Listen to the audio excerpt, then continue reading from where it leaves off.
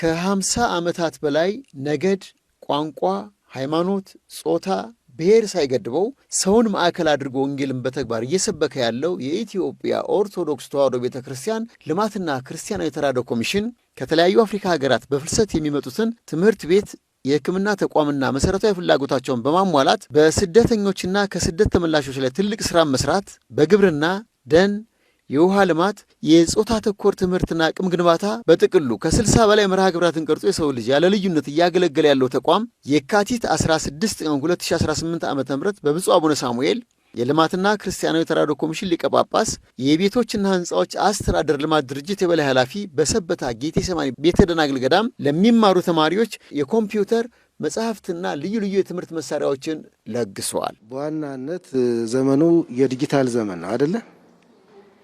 የዲጂታል ዘመን ነው ያላችሁትና ከዲጂታል ጋር እንድትገናኙ ከዘመኑ ዕውቀት ጋር እንድትገናኙ እናቶች ባሳሰውን መሰረት ወቅቱ የዋጀ ትምህርት እንዲያገኙ ከዓለሙ ጋር ያለባችሁ ውድድር እንድትወዳደሩ በእውቀት እንድትወዳደሩ በጠየቁን መሰረት ቅድም ኮሚሽነሩ እንዳሉት ይህንን ኮምፒውተር ዛሬ ይዘንላችሁ መተናል። ጠንክራችሁ ተማሩ። የልማትና ክርስቲያናዊ ተራድኦ ኮሚሽን ኮሚሽነር ይልቃል ሽፈራው ዛሬ ላይ እናንተ ጠንክራችሁ እንድትማሩ ቤተ ክርስቲያን እያገዘቻችሁ ነው። እናንተ ደግሞ ጠንክራችሁ በመማር የራሳችሁን ኃላፊነት እንድትወጡ በማለት ምክር ሀሳባቸውን ሰጥተዋል።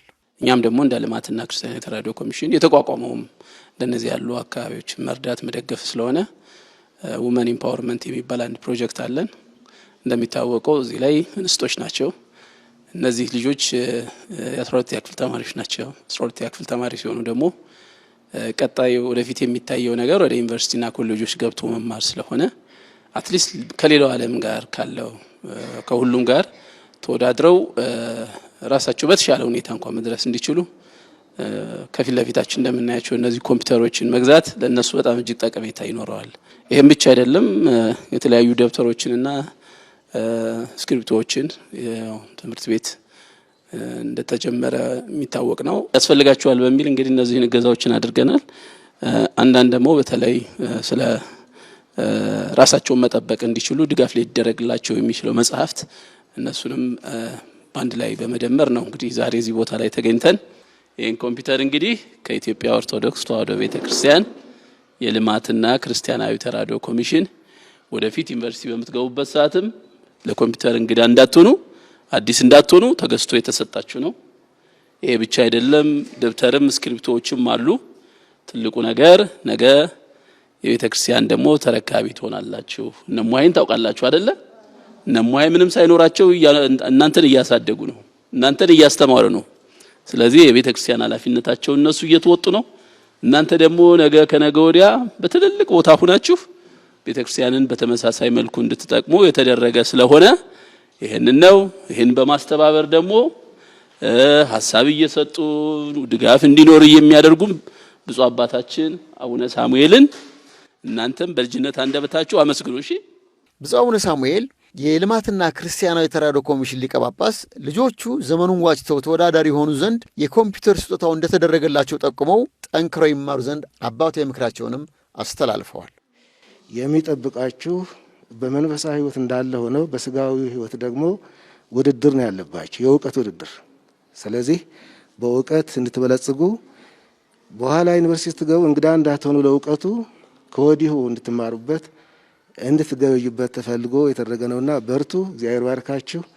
ቀጣይ ላይ ደግሞ ግራጁዌሽን ታደርጉ መተናችኋለን። የገዳሙ እመምኔት እማዊ ጽጌ ማርያምና ተማሪ ውዳሴ ቸርነት ስለተደረገላቸው ልገሳ የተሰማቸውን ስሜት እንዲህ ገልጸዋል። እጅግ በጣም ነው ደስ ያለኝ።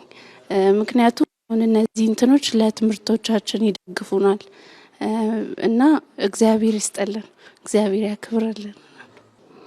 ልማትና ክርስቲያናዊ ተራድኦ ኮሚሽን ከመጀመሪያ ጀምሮ ከገዳሙ ያልተለዩ ብፁዓን አባቶችም ኮሚሽነሮችም በዛ ውስጥ ያሉ ሰራተኞች ጠቅላላ ለገዳሙ ከፍተኛ ድጋፍ ሲያደርጉ የቆዩ ናቸው። ዛሬም ከጎናችን ናቸው፣ አልተለዩንም። ብዙ ድጋፎች አድርገዋል። ውሃ አስቆፍረውልናል። ከዚህ በፊት በመልካ ጀብዱ ቅርንጫፍ በተመሰረተው ገዳም እንደገና ከዚህ በፊት ከላይኛው እዚሁ ገዳም ላይ ኢንቨስተሮች ሊወስዱብን የነበረው መሬት ወደ 450 ሺህ ብር ከፍለው ያ ቦታ ለገዳሙ እንዲሆን አድርገውልናል። ከዛ ባለፈ ደግሞ የተለያዩ ቁሳቁሶችን በተለያየ ጊዜ በአመትም በሁለት አመትም እንዳገኙ ያመጡ ይረዱናል።